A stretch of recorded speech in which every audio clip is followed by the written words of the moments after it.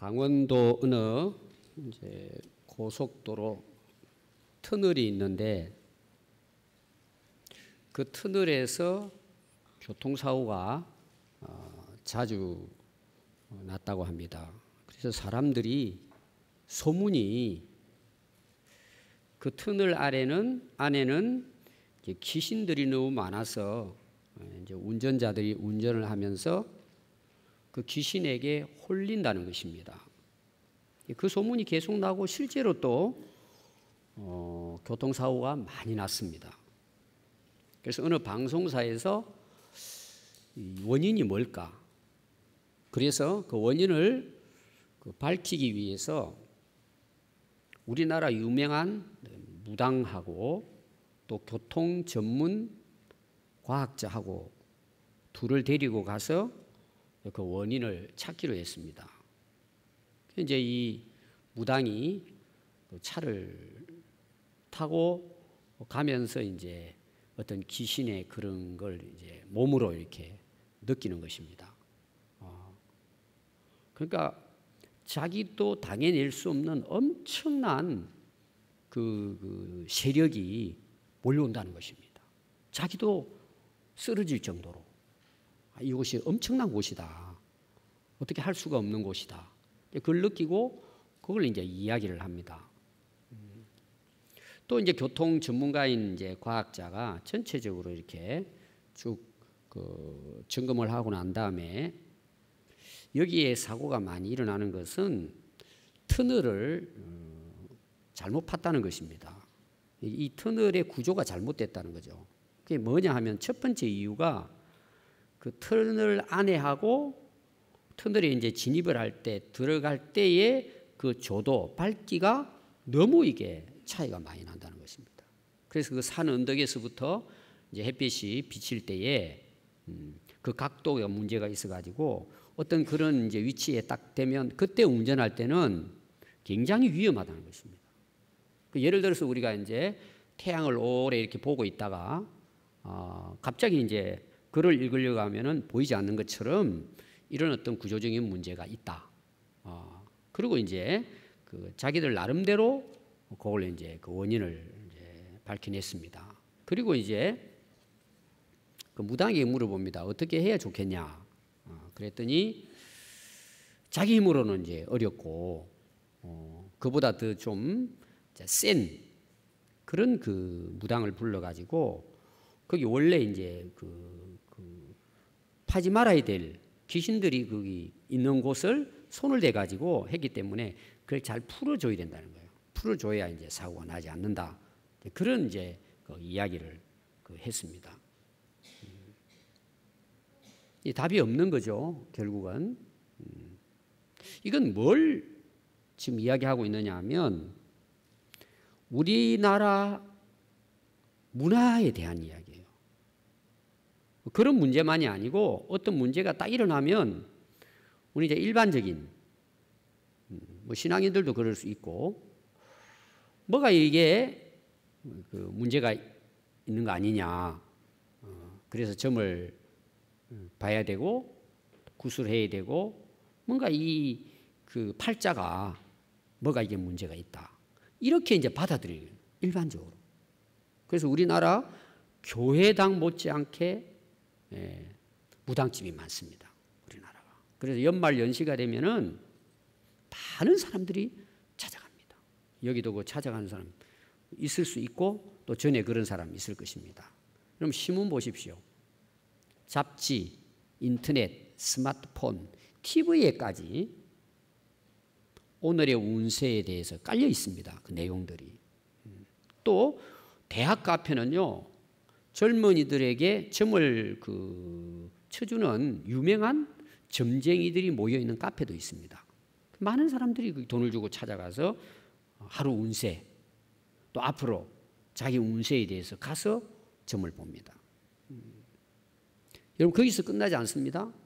총선 국회의원이 이제 후보로 나오면은요 많은 사람들이 이름 있는 그 점쟁이 있으면 찾아갑니다. 어떻게 했으면 좋겠냐. 대통령 후보들 중에도 그런 사람이 있습니다. 자, 우리나라 문화의 바탕에는요, 무속적인 문화가 자리 잡고 있습니다. 그래서 우리나라 그 문화 행사에 한번 가보십시오. 우리나라 문화 행사에 보면은요, 상당히 무속적인 게 많습니다. 살풀이라든지 또 무당들의 무의라든지 구판이 벌어지고 그걸 또 우리나라 무형문화재 해가지고 또 그걸 인정해 줍니다. 어떨 때는 국회의원들이 무당들을 불러놓고 구판을 벌리다가 기독교인들의 또 반대에 그걸 또 해명하고 하는 그런 일도 얼마 전에 있었습니다. 이런 그 무속적인 문화가 우리 몸에도 배어 있습니다. 우리 몸에도. 우리 안에도 지금 있는 거예요, 사실상. 지금 우리가 살고 있는 이 땅이 그런 무속적인 문화의 땅입니다. 그래서 우리 교회 안에는 어떨까? 비슷합니다. 다 우리가 대한민국 사람이고 그 문화 속에 현재 살고 있습니다. 또 그렇게 우리가 자랐습니다. 나도 모르는 가운데 무속적인 어떤 부분들이 우리 안에 있습니다. 우리도 모르는 사이에 있는 거죠. 그럼 우리가 진짜 바른 신앙을 가지기 위해서 어떻게 해야 될까? 여러 가지 우리가 이제 방법이 있지만 이 무속적인 문화에서 벗어나야 합니다. 이게 오늘 기독교 안에도 들어와서 기독교 신앙이 무속화되어져 버린, 그게 혼합되어 버려진 그런 신앙적인 형태들이 많이 일어납니다. 교회 안에 그런 것이 있습니다. 우리가 신앙생활을 하면은 변화가 옵니다. 변화가. 근데 일반적으로 그 변화를 우리는 어떻게 생각하느냐 하면은 외적인 변화에다가 많이 둡니다. 주일날 교회 가고 놀러 안 가고. 그 중요하죠. 또 술, 담배 안 하고. 그 굉장히 중요하죠. 제가 볼 때는 술, 담배 못 끊는 사람이 신앙생활 잘하는 사람을 찾아보기는 많지 않아요. 잘할 수는 있어요. 근데 제가 볼 때는 신앙생활 잘한다는 것은 이제 그런 것들도 뭐예요? 정리를 할 수 있는 거죠. 충분히. 근데 안 됩니다, 그게.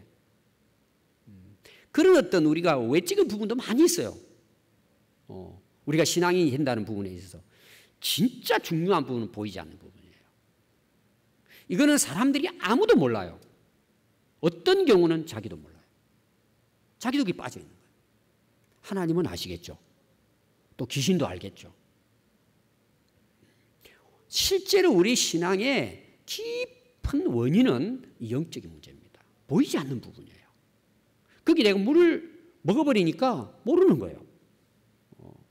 그런 거 있죠? 이제 지난번에 우리 중국 가서 이제 중국 한 주간 지내고 왔습니다. 이제 그 중국 가면 참 저도 어려운 것이 음식 문제예요. 그래서 이제 손님 간다고 어느 교회에서는 양도 한 마리 잡았어요. 그래서 이제 양고기도 막 주고 또 세계에서 제일 맛있는 소고기가 있습니다. 그걸 흑소라 그래요. 원래 이제 명칭이 있는데 굉장히 비싸고 우리나라에 거의 뭐 먹기 어려운 그 흑소고기도 가져오고 그 막 여러 가지로 닭도 잡아오고 하여튼 뭐 그냥 뭐 얼마나 진짜 푸짐하게 준비했는지 몰라요. 아침도 그렇게 나오는 거예요. 아침도. 그 아침 우리 중밥 먹는다니까 그럼 점심 때 양 한 마리 잡아놨으니까 양 뜯어먹고 가라는 거예요. 그렇게 준비를 많이 해요. 근데 우리가 먹으면은 이게 먹을 수가 없어요. 이제 먹기야 몇 점 먹죠. 참 어려워요. 그런 부분들이. 왜 안 맞는 거예요? 근데 그 사람들은 어때요? 그 사람들은 그렇게 구수하고 좋은 거예요. 또 하나 문제가 뭐냐? 화장실 문제예요. 지금은 많이 이제 개선이 됐는데 들어갈 수가 없어요. 그거는 가봐야 돼요, 여러분들이. 지금은 굉장히 많이 좋아진 거죠. 뭐 제가 한 20년 전부터 다녔으니까 일단 들어갈 수가 없어요. 그 화장실을 밟고 들어갈 수가 없어요. 그리고 딱 들어가기 전부터 이게 구역질이 나요. 그 사람들은 아무 문제가 없어요. 왜 그럴까요? 이미 몸에 배어버린 거예요. 그 사람들은. 음식 그것 향도 배어버리고 그런 문화도 몸에 배어버려가지고 아무렇지 않은 거예요. 일주일 동안 머리 안 감고 목욕 안 해도 그 사람들은 아무 상관없어요. 어떤 사람은 뭐 몇 개월에 한 번 아예 목욕 문화가 없는 그 민족들도 있습니다. 우리가 가면은 사람을 만나는 것도 냄새가 나는 거예요. 근데 자기들은 아무 냄새가 안 나는 거예요. 그게 문화의 문화. 영적이기도 마찬가지예요. 진짜 무서운 적이 뭐냐? 문화입니다, 문화. 그것도 우리나라는 무속적인 문화입니다. 이게 우리 안에 들어있는 거예요. 자, 오늘 읽은 말씀은 하나님께서 모세를 통해서 이스라엘 백성들에게 경고하는 내용입니다. 그 경고하는 내용이 뭐냐? 오늘 우리로 말하면 무속적인 신앙은 가정한 것이니까 이거 다 버리라는 거예요. 너희들 안 버리면은 너희들 가나안 땅에 들어가서도 너희들 망한다는 거예요. 지금 그런 경고입니다. 그래서 우상 숭배, 그 가나안 7 족속들이 가지고 있는 그 무속 신앙, 우상 숭배를 가감하게 버리라는 거예요. 그 완전히 처리하라는 것입니다. 정리하라는 것입니다. 절대 본받지 말라는 그런 내용입니다. 그래서 오늘 9절 말씀을 보시면 내 하나님 여호와께서 내게 주시는 땅에 들어가거든. 이 땅은 이제 그 당시로는 가나안 땅이죠. 들어가거든 너는 그 민족들의 가증한 행위를 본받지 말 것이니.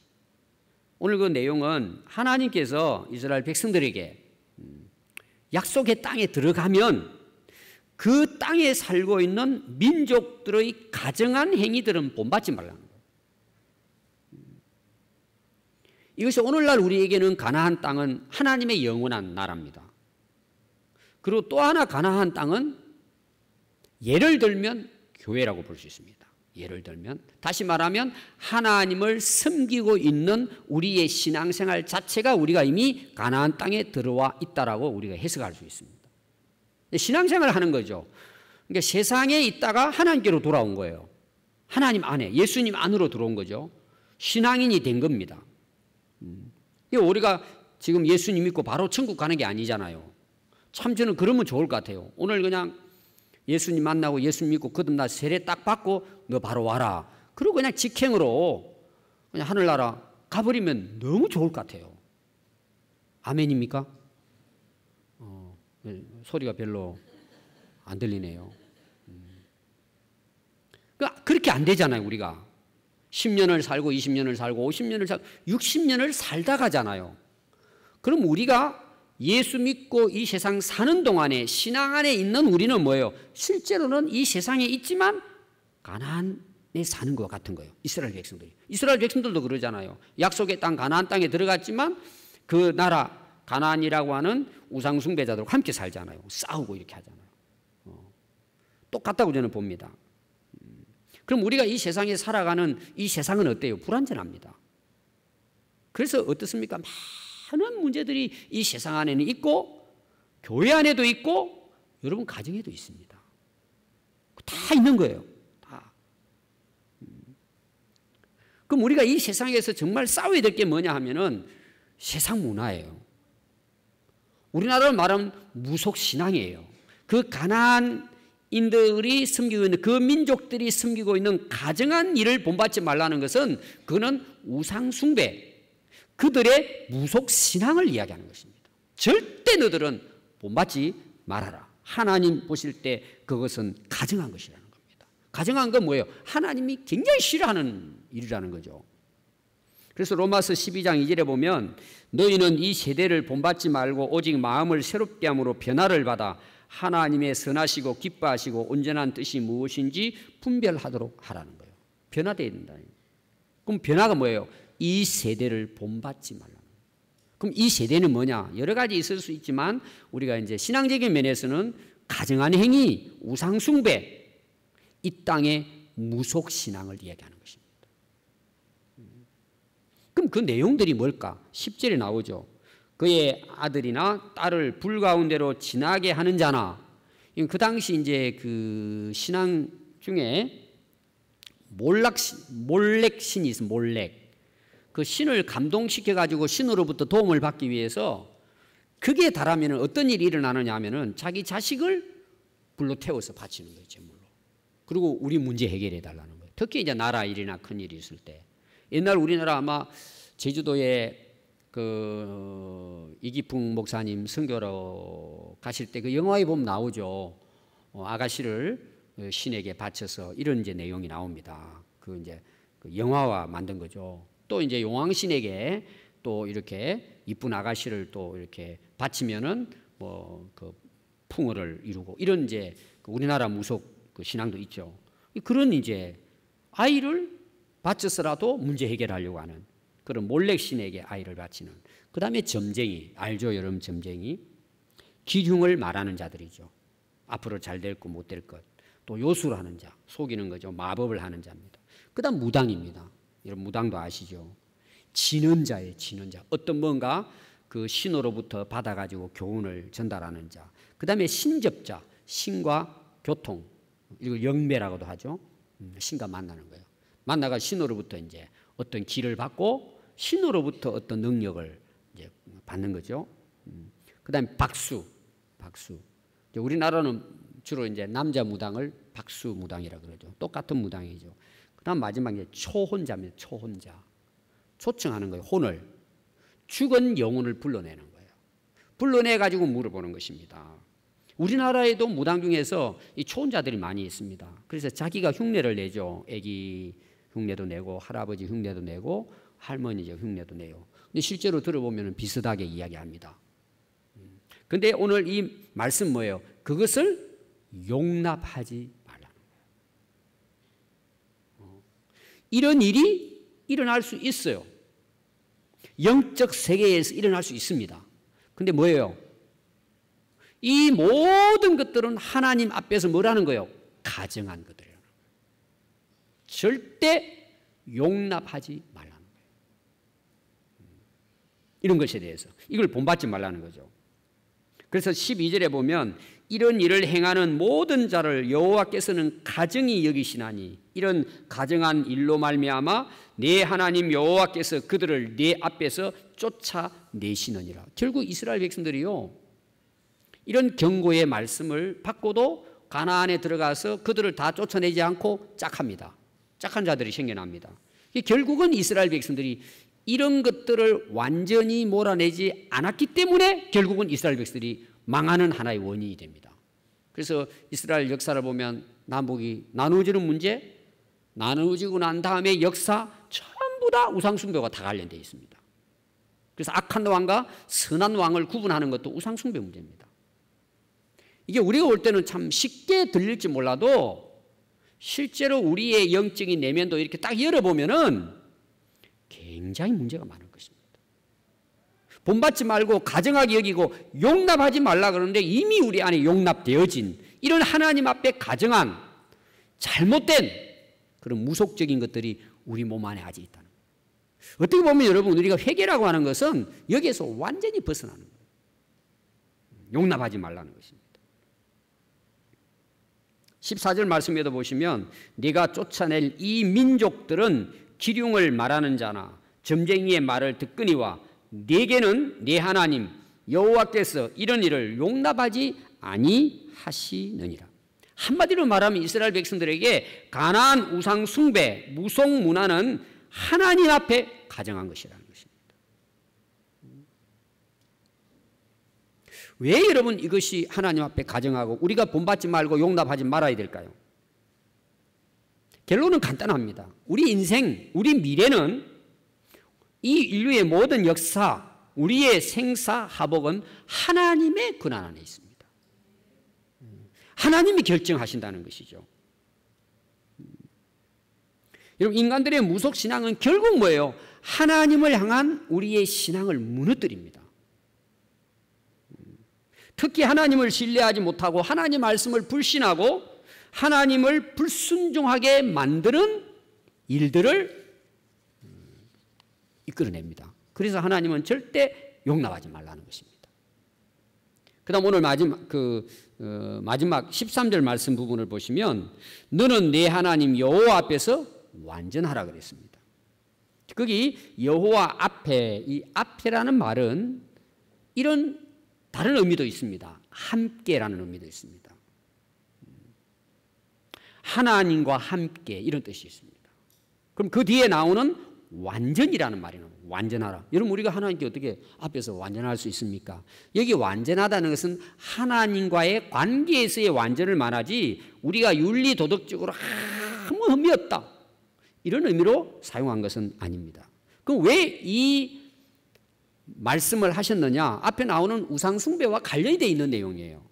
여기에서 하나님 앞에 완전하라는 것은 가나안 민족들의 우상 숭배로부터 완전히 벗어나서 하나님만을 믿는 신앙을 말하고 있는 것입니다.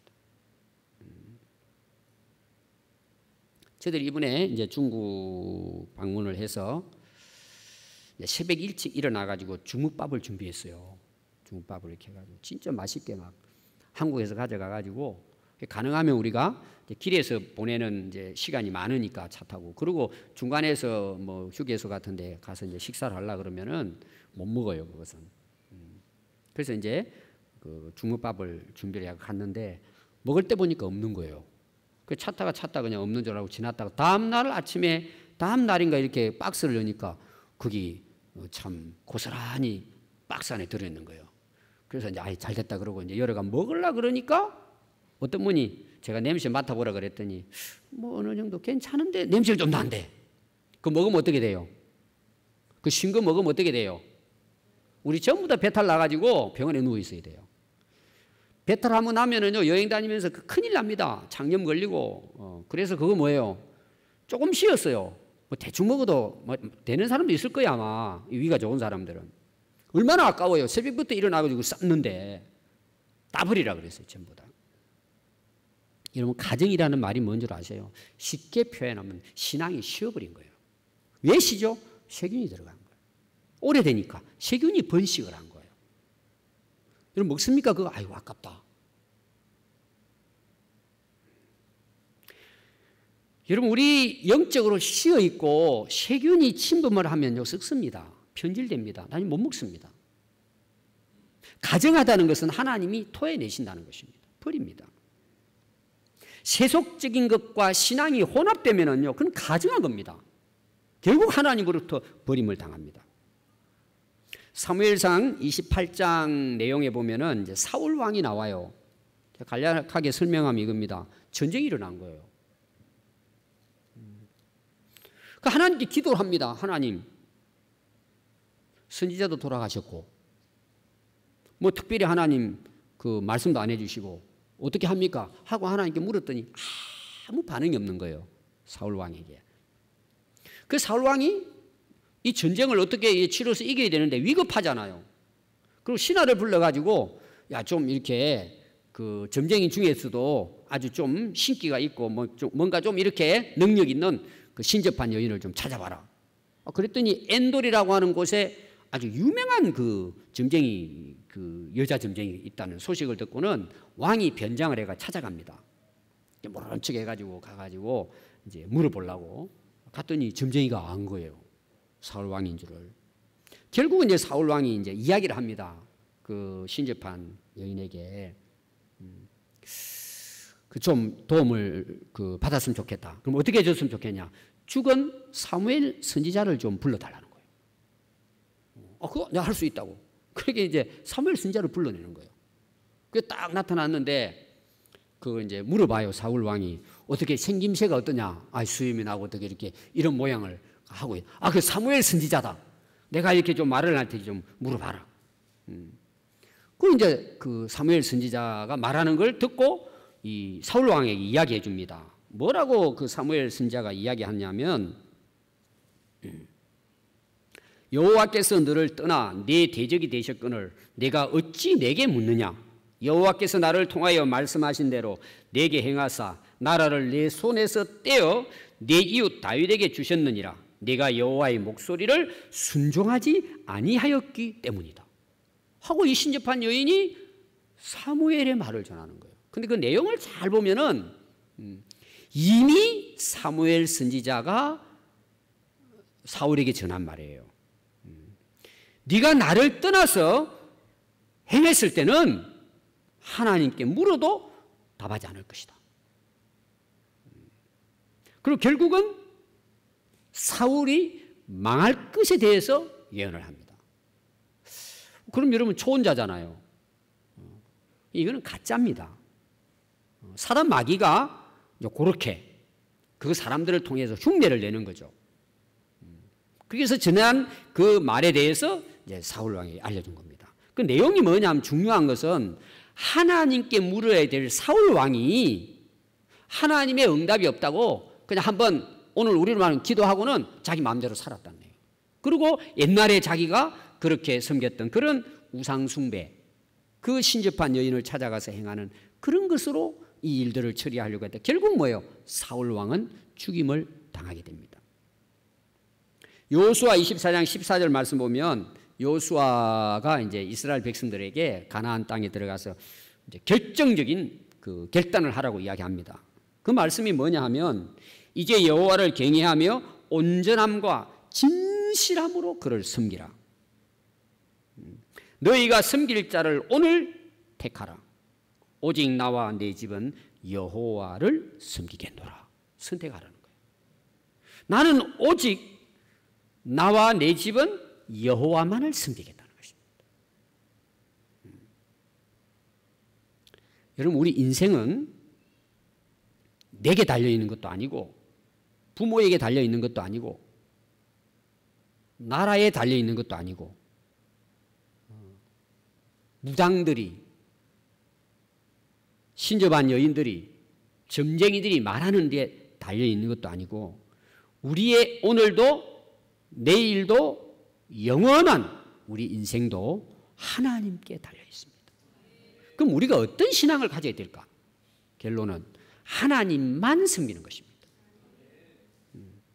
그게 뭐예요? 완전하라는 거예요. 온전하다는 거예요. 순수함이라고 하는 것은 때묻지 않은 거잖아요. 100%를 이야기하잖아요. 순도 100%. 섞이지 않은 거예요. 혼합되지 않은 거예요. 자, 오늘 우리가 예배를 하나님께 드립니다. 그럼 우리가 하나님께 예배를 드리면 누구만을 예배해야 돼요?